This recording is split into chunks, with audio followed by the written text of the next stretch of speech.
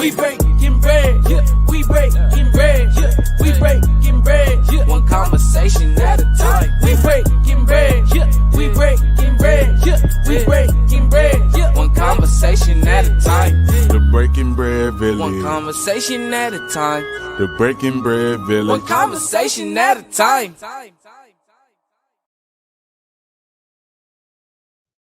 Hey, welcome back to the Breaking Bread Village. I want to bring on our guest for today, Miss Kilolo.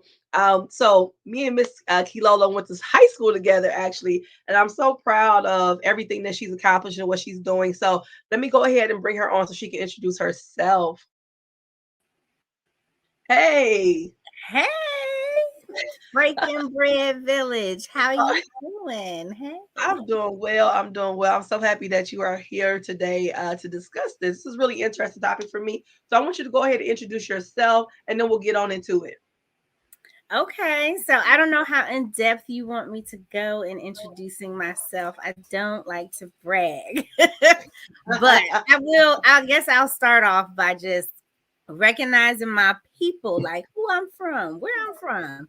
Well, I am from Kimya Moyo of Cincinnati, Ohio.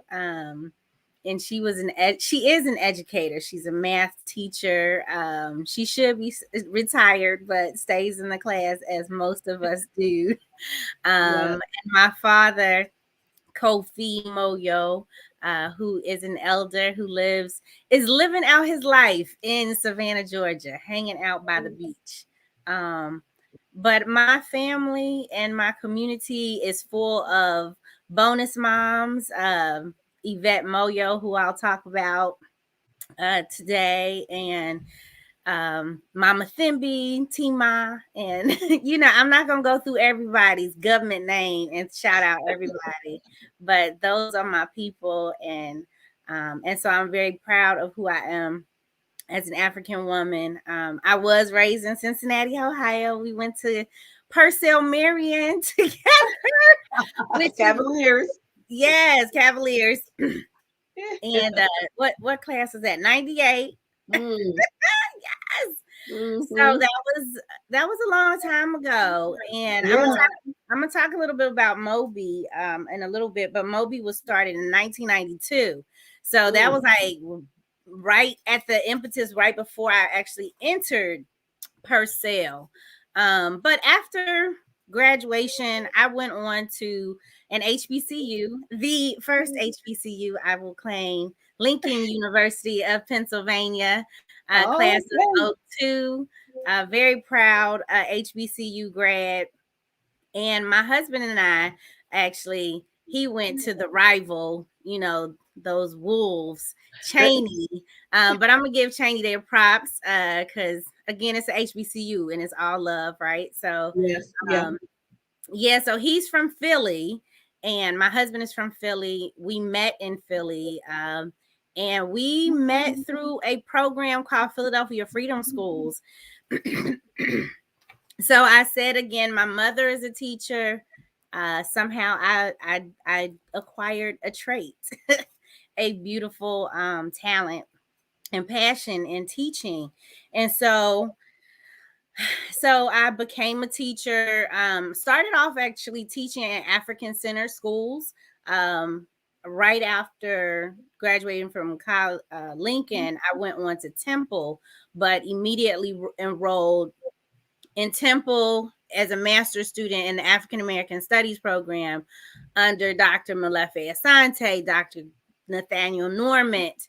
Like, these are amazing, I think, just pillars of what we know about African-centered thought, teaching, and how we experience that, right? That history in the Ivory Tower, how we experience that on the ground, in the classroom. That's what I've learned. And that's what I became as a practitioner through freedom schools and through the freedom schools movement. So I'm a student primarily of Dr.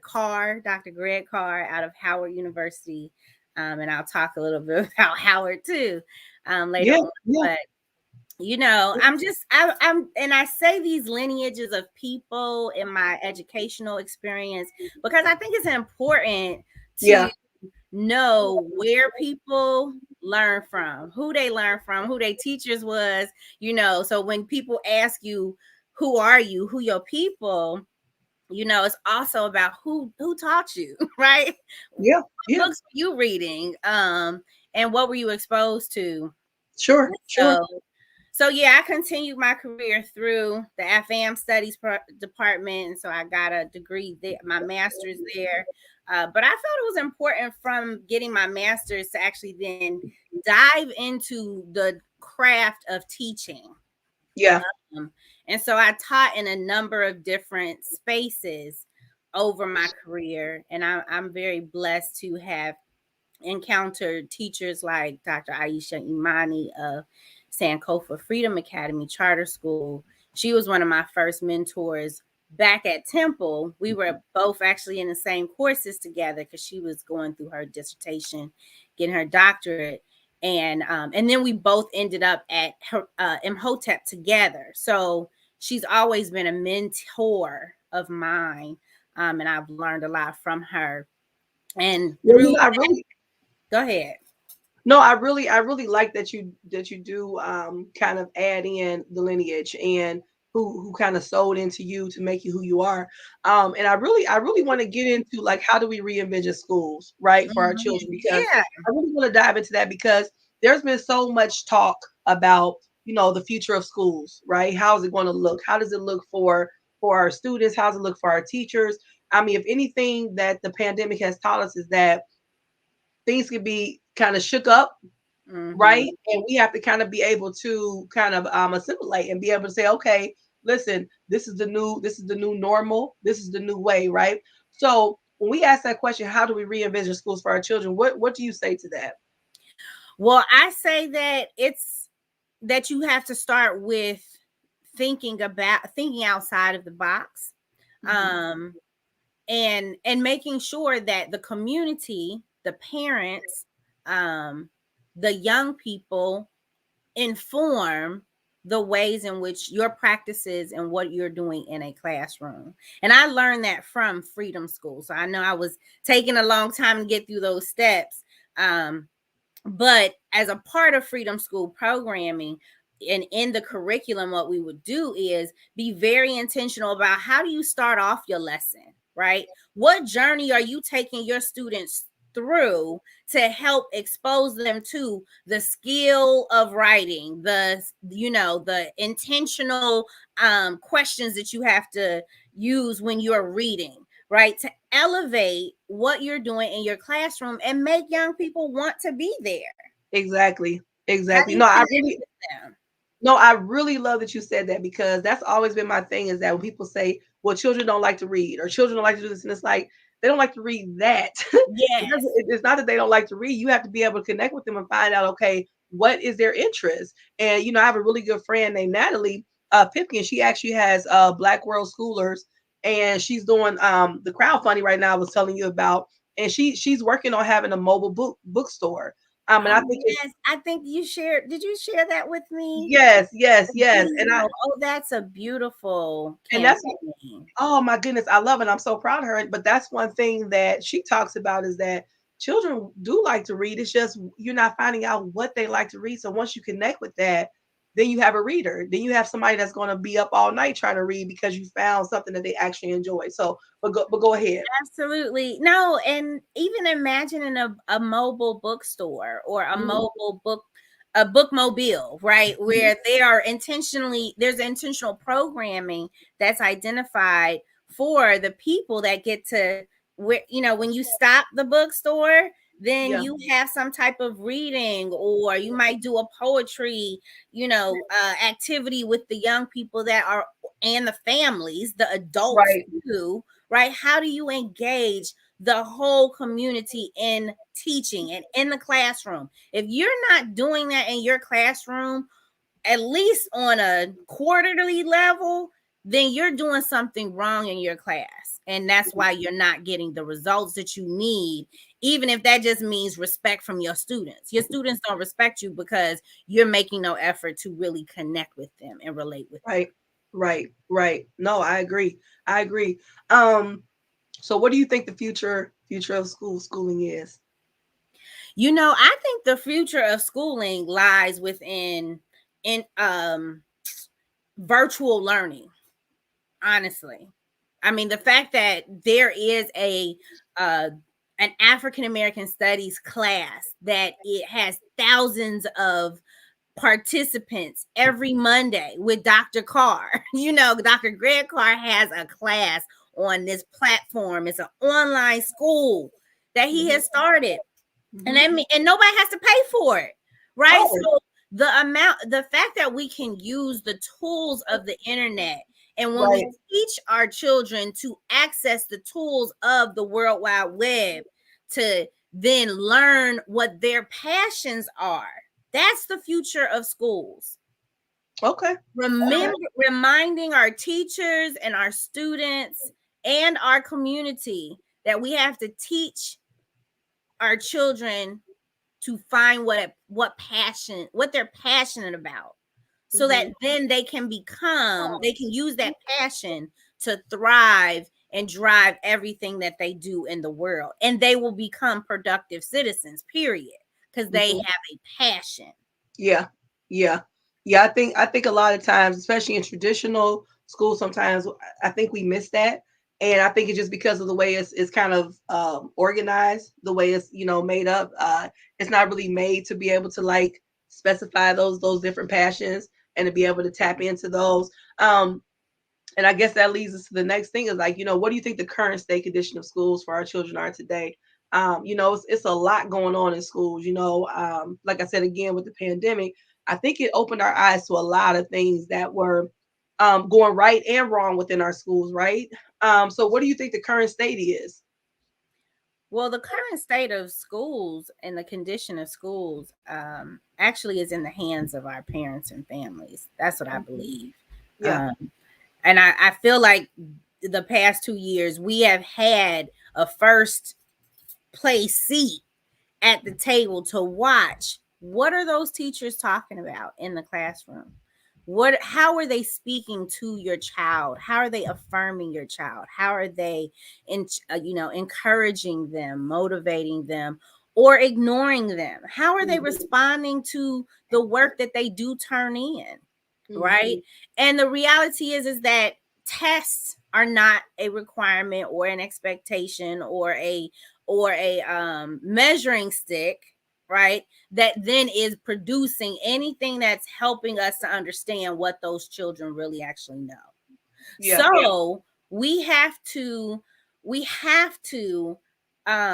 take a look at and examine and really do a case study with understanding the successes of really strong schools, and then also looking at the mass majority of the institution of education and how and the challenges, the extreme failures, the repetitive failures, because again, failing schools did not start in 2020.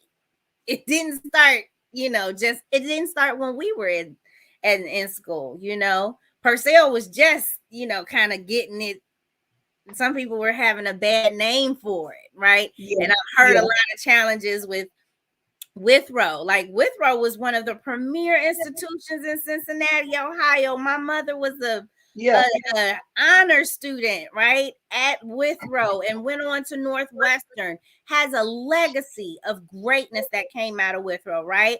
And then some of the stories and the challenges that I hear of what's going on in these schools like Withrow. And I apologize if I'm, bringing anybody down, but, I think it's important to identify schools that are struggling, but also understand that there are a lot of schools that are doing really well. And when are we going to talk to the administrators?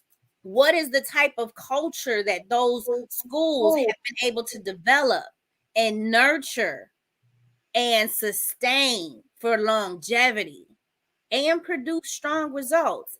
Yeah. What's their secret sauce? We got to talk to them. And so Yeah. that's a part of what my vision is as I'm moving. Okay. Okay. Okay. No, I like that. I mean, it's that it goes back to the whole idea of communication, right? And being able to really find out, dig deep, right? And find out what's going on so that, if somebody is doing something well, you want to find out how they're doing that so you can mimic it. I mean, That's right. for lack of a better word, I mean, you want to be able to mimic it to be able to say, okay, if they're being successful over there, what are they doing? And then, like you said, if you have an institution that was doing well and then they kind of slid down and so okay, what happened, what went wrong, to be able to dissect that as well. So Mhm. no, I love that. And I think a lot of people are asking the question of like, what is school going to look like in the next couple of years? How is this going to work, in regards to especially in inner city schools, in different schools where sometimes there are forgotten places, right? And we have to be able to be vigilant and stay the course to be able to make sure that those children are not left behind. I think so, well, to kind of touch on some of that future of what does the future of schools look like. Sure. I actually, in the past couple of years, that my last teaching assignment, I had an opportunity to teach at actually, it was actually my husband's middle school Oh, when he was in Philly, right? okay. It's Vox Middle School. Mm-hmm. And of course, Vox Middle School has shut down because it was a failing school for many, many years, right? Mm-hmm. Historically known as failing school. And then they reopened it under the Big Picture Network and the Big Picture Innovation School model. So if you know Okay. anything about big picture schools, they again their model is very intentional, and it really focuses on building relationships, helping students to understand or to tap into whatever their personal passion is, right? So Mm-hmm. every student almost has their own individual educational or learning plan because everything is focused on, well, what are you passionate about? But of course, you still have to have certain elements of history, or so the Sure. classes. That reminds me of Montessori a little bit. Yeah, it's kind Yeah. of like an elevated Montessori passion project type, Sure. project based learning schools. Mm-hmm. And so they're all over the country. And I was at Vox High School in Philadelphia. And I felt it was a really wonderful experience for me. Because again, the young people, those was my kids, right? My Yeah. nephew and my niece both were in my classrooms, right? Okay. And they live in that neighborhood. But Right. Yeah. I think the other intentional part of that is that it was a community school. So Yeah. this model of community based schools where you have um a medical clinic within the building of the school that the students and the families in that community have access to, so that they don't have to go searching, or they don't have to get transportation and go to a different provider. If they Sure. need health care, they can go directly to the school and not have to worry about any of that. You also have this model of the students being in, like, one day out of the week they're not going into classrooms, but they're actually doing service work in a corporation, or they are interning. They might even be interning at the school, building stuff, or working with the building engineer, learning about HVAC systems, Mm-hmm. skill based, but also understanding and relationship building with our young people. Yeah. That's what I see as the future of education. And not enough of us are transitioning and pushing and moving that forward. Okay. Okay. Yeah. No, I definitely agree. Definitely agree. So you talked about you kind of touched on this. So I want to get on this part of it. What is the link between entrepreneurship and teaching? Because you kind of, I mean, even when you talked about the one day going out and internshipping and things like that nature, that's to me that's promoting entrepreneurship, right? And to being kind of an independent thinker, and independent worker and being able to problem solve. So tell me the link between entrepreneurship and teaching. Absolutely. So the pandemic not only gave parents a front and center, space to look at and understand what's happening in a classroom, but it also gave many teachers an opportunity to now share and broadcast. This is what I do in my class. The magic that happens in my classroom is on point, and I want to share and show that to other people. So they've been making videos, and they're using TikToks, and to challenge their children in innovative ways that they are really connecting, and then also sharing with others, teaching other teachers, if don't do this because I made a mistake, right? Or sharing that right now our children are really hurting. Be mindful and remember to check in with your families, right? And this is what I share with my children in my classroom, and just ways that teaching the truth and teaching real history, right? All of those things that has now been monetized. We can actually broadcast that all over the place. And so I think you actually shared at one point that you had a second job also. I don't know any teacher that doesn't have more than one job. Yeah, right. Like I always saw myself as a teacherpreneur. I was always doing my classroom work, but then I also had some type of either I was writing curriculum, or in the summer I always had. Of course, I got paid over the summer only because of the rollover, but ultimately I was still working and always trying to get that extra cash. And so, the pandemic just gave, this platform, and it gave the energy and the push for a lot of educators to say, I can brand myself. I can monetize the work, and I can ask people to pay for that. So teachers pay teachers, and I'm not necessarily shouting them out, but those are some platforms where teachers can get paid for the work that they might produce and have other people pay for it. But even is that the name of it? And what you did with, creating an online platform for people to have conversations and discussions. Yeah. Right. Yeah. That happened over the pandemic, right? Yeah. Yeah. So you said teachers pay teachers. Oh, that's like that's something online where people.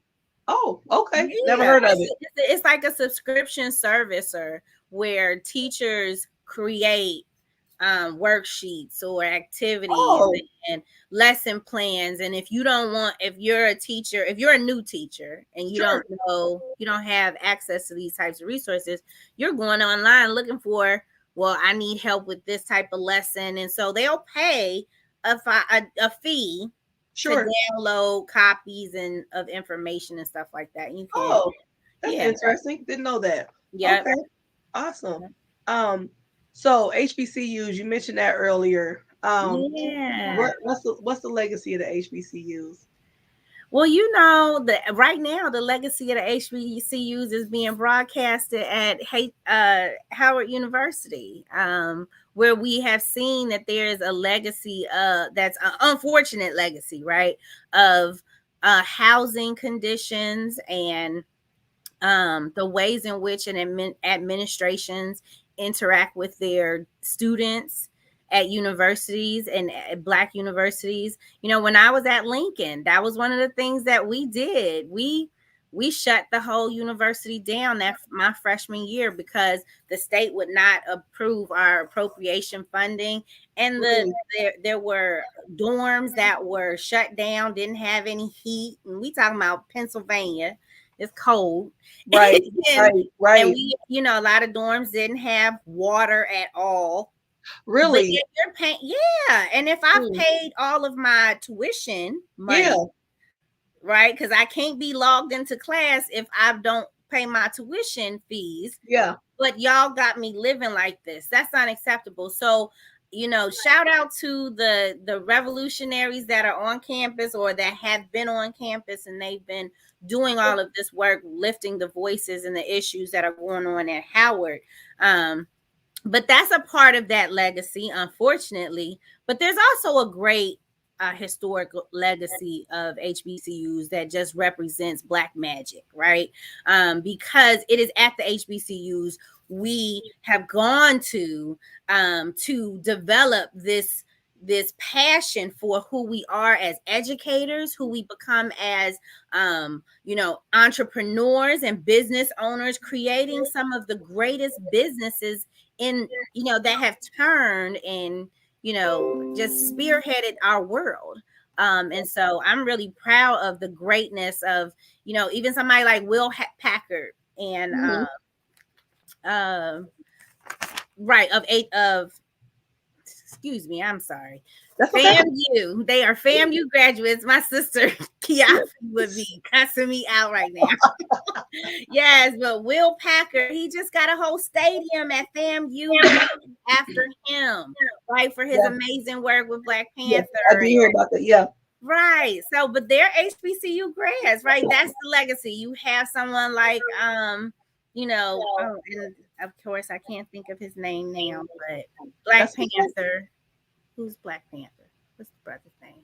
Just pass. The answer. Yeah. I know who you're talking about. They just named the HBCU after him.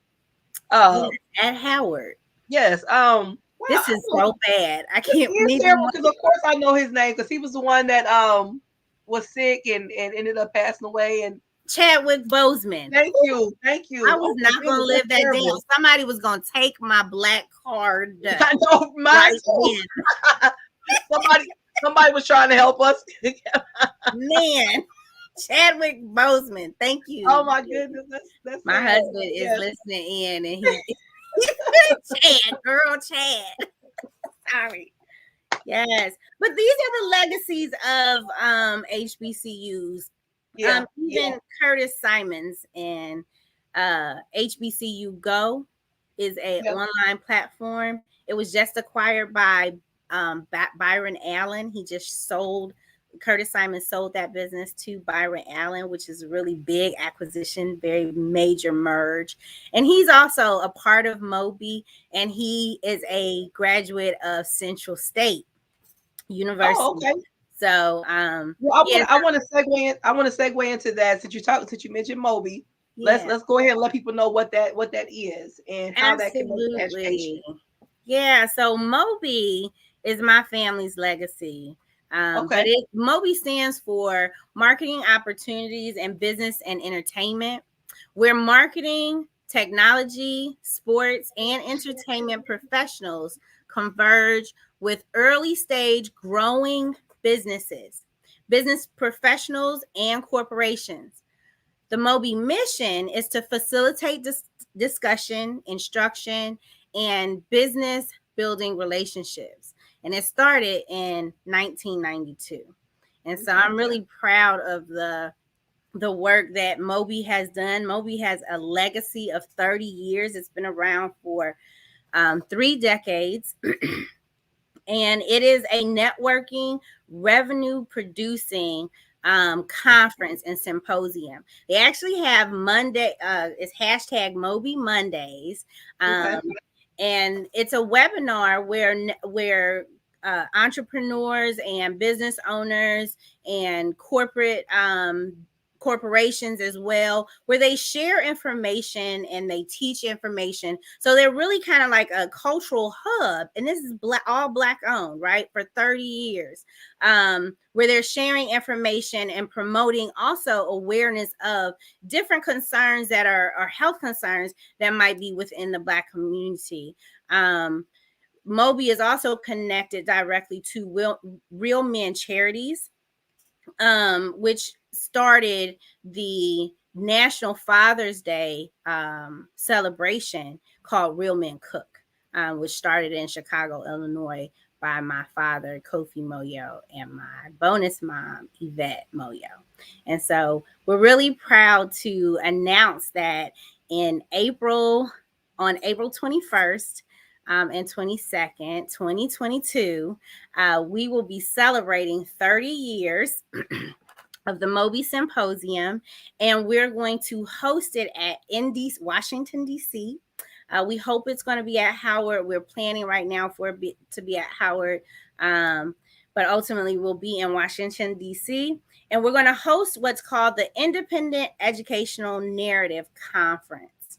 We're going to merge our business entrepreneurs, right, and corporations and corporate business owners, and we're going to connect them with these independent educational leaders. Who were those intentional institution builders that 30 years ago started the Council for Independent Black Institution, and the schools that started that were created out of the Council of Independent Black Institutions, which were many African-centered schools that were foundational community schools that have nurtured and cared for many of our children that went out to HBCUs and became these HBCU grads, like Ta-Nehisi Coates, who is an HBCU grad, but also was taught under independent Black institutional thought leaders, right, and educators. Nation House is an organization and a school and an independent school that still runs in Washington, D.C.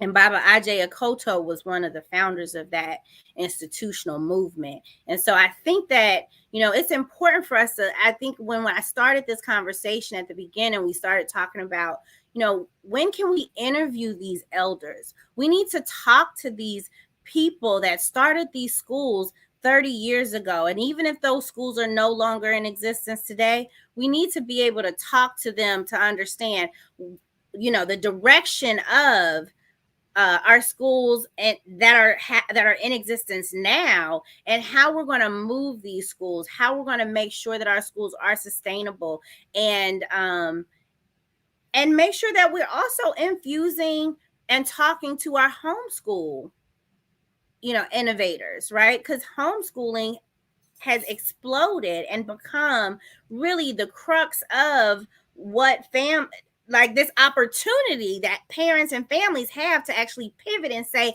I don't have to,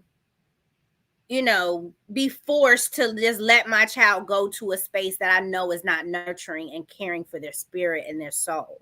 That I can actually do this in my home, or I can connect with somebody that has a business, right? And which is why we need to make this conference and why we need to merge it and pivot them together, right? Because those educators need to be connected to those corporations that then can give them the funding, right? Because we're talking about now wealth building.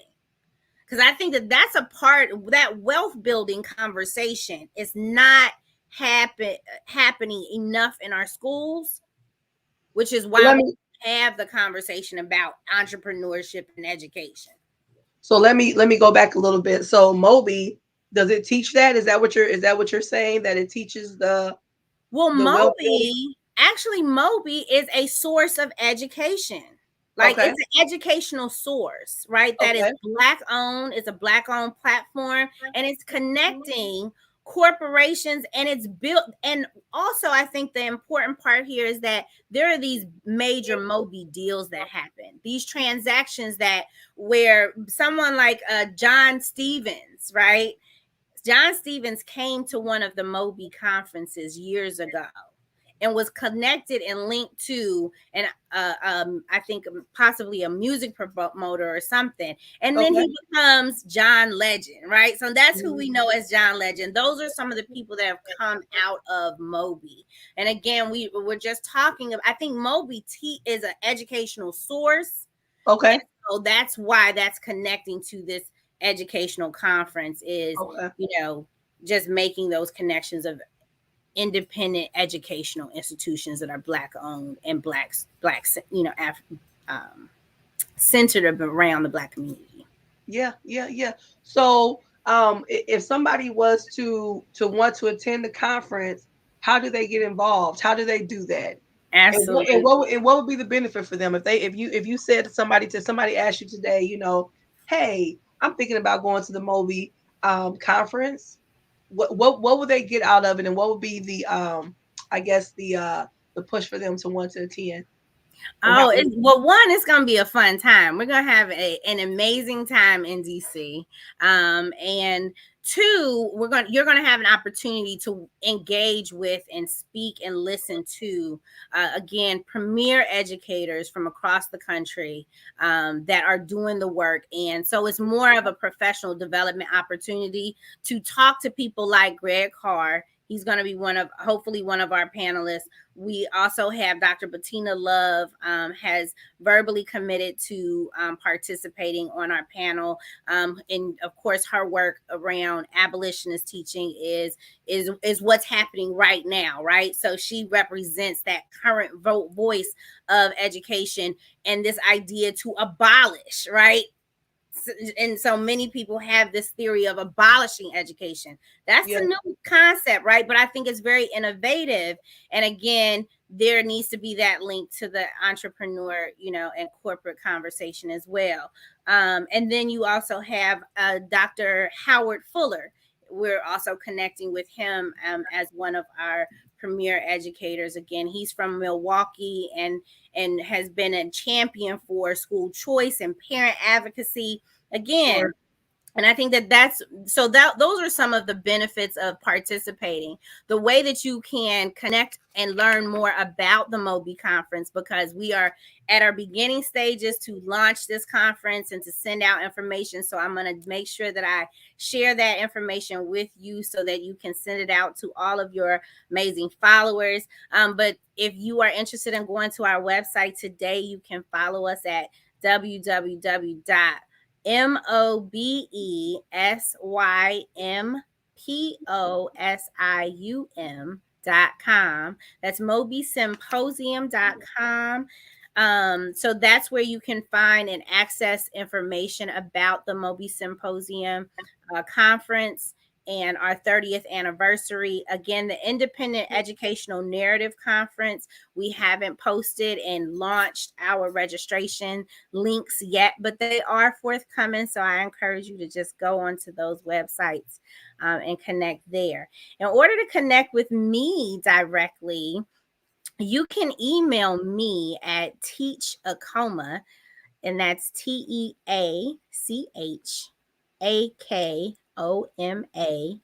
LLC at gmail.com. And Teachakoma is my my personal business, and the way that I have branded myself. I am the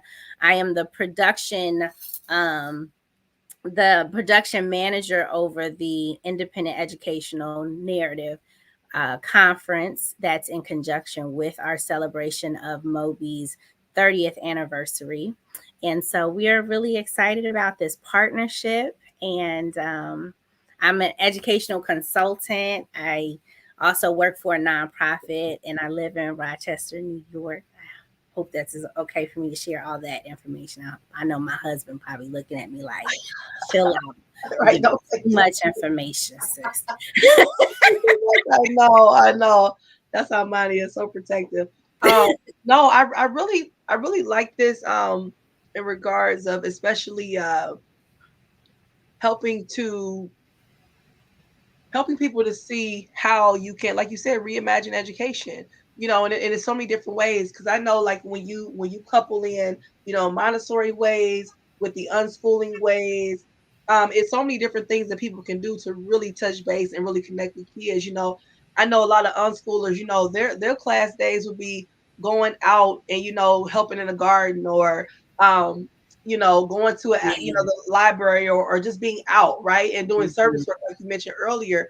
And it's just so many different ways. So I really like the idea of thinking about that in a non-traditional way, because I think some children, I know for myself, when I was younger, I would have done better with an environment like that. The real traditional settings just did not work for me. I'm just not a traditional person in regards to being able to sit still and sit forward and don't move and don't say anything. So I really like this, and I really do want to look into the MOBI conference, because I think it's really interesting. And you said this, so this is all Black. So people that's not Black can't attend, right?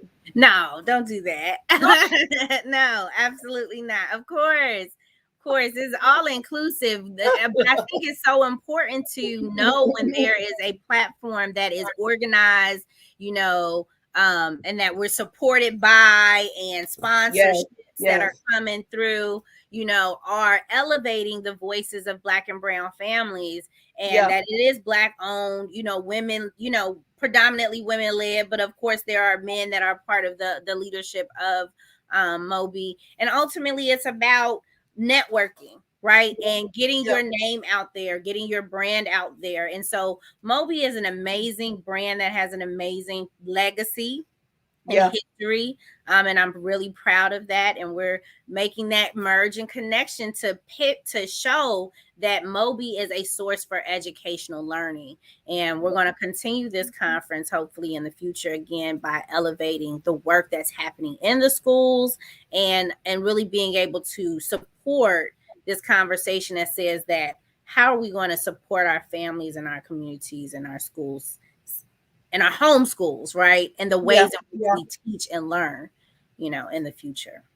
No, I think that's good. And I had to ask because people can hear it and think that they're not invited.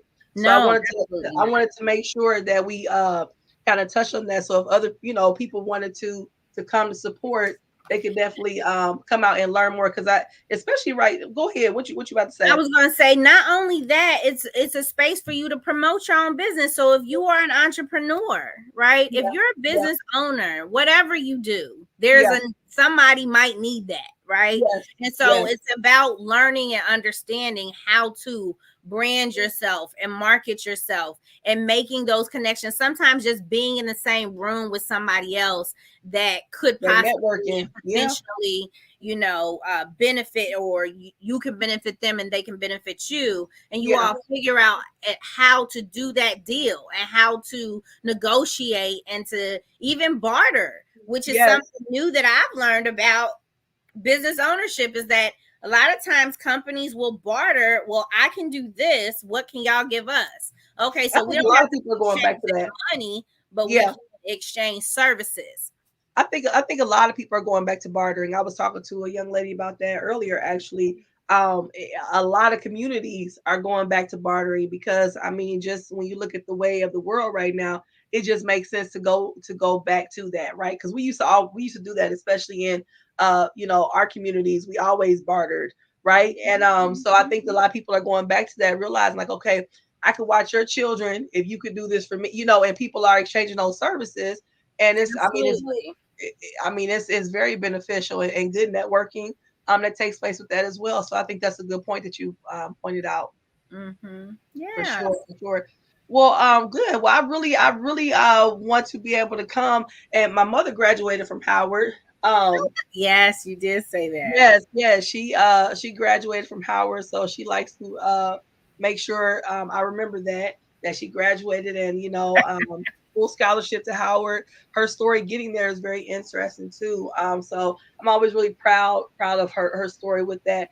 And I really like how you touched on the thing about how some of the HBCUs kind of getting back to that, how they're not being cared for as much as they should be. And that really saddens me sometimes because they do have such legacy. And I know I was talking to someone about HBCUs a couple months ago, and they took issue with the fact that there was all Black schools, and I was trying to explain to them that the reason why there were all Black schools was because we weren't allowed in other schools. So we had to create, which is what happened throughout history, right? Where we had to create our own spaces because we weren't allowed in other spaces, right? So it was never a thing for us to be like we wanted to be separated. We were forced to be separated, and then had to create a space for us to thrive as well. So why I take so much pleasure and honor in HBCUs, because it stands for a lot of stuff, resiliency and making a way out of no way, It's interesting, that conversation though also helps me to think about the difference between public schools and private schools. Yeah. Just going to Purcell and the difference between the conditions of the building, and the types of the access to the resources that you have, in the quality of the resources you Yeah. have in that space, compared to a public school, which is Mhm. funded by tax dollars, right? So Right. you would think that there would be enough allocation of that funding so that you would have substantial schools Yeah. that are strong and that offer a a connection for the children. But most of those schools are outdated. They were built as prisons and through the models of prisons, and so it just elevates inequity. It Yeah. elevates the challenges with racism, institutional racism in this country. Because even when it comes to the HBCU endowments, HBCUs don't have endowments, but white institutions do. They have $1 billion endowments, and so their conditions, again, their schools and the dorms are, you know, it's like living in Buckingham Palace compared to Auschwitz ghetto. Yeah. We Yeah. talk, that's crazy. So Yeah. that's all Yeah. that these things are elevating for me. Yeah, yeah. Well, I'm glad that there are spaces for uh everybody to thrive, and sometimes again you have to create your space to be able to thrive, and I'm thankful for that. And we Um, have a traditional heritage as a people in doing that. We yeah, are like the lotus flower. Through yeah, the muck, we still come out beautiful, unscathed. But the reality is that we are scathed, right? Our yeah, people, our communities are struggling, and it's not fair. It's not okay. But even still, we still rise, right? And we still yeah. thrive, and we still have a legacy, and that's why we are black magic. That's why we awesome. That's why we do what we do. Well, Kilolo, I appreciate you for coming on today. I truly do. I really admire the work that you do. I admire your passion. Um, in the way that you execute, what you're working on, and you are, you are going, always constantly going. So I appreciate you. Again, I appreciate the work that you do. And I want to hear more about Moby as you get closer to, planning Yes, and I things will like come that. back on and share the Yeah, cost of the different registration fees and the yeah, different yeah. levels when we have our early registration. So there is a registration fee. It's going to be an amazing conference, well worth it, but make sure that you collect your professional development dollars early so that you can be there, because we're gonna have limited spaces, because Yeah, we also still probably gonna have to be dealing with COVID something. COVID. So Yeah, that's the yeah, reality. yeah, yeah. But Things we're will change for excited. sure. Thank you for this opportunity and this platform. I'm so proud of you and all of your amazing work. And so thank Oh, you. thank you so much, Kilolo. I appreciate you for being here. And have a good night. Yes, have a good night.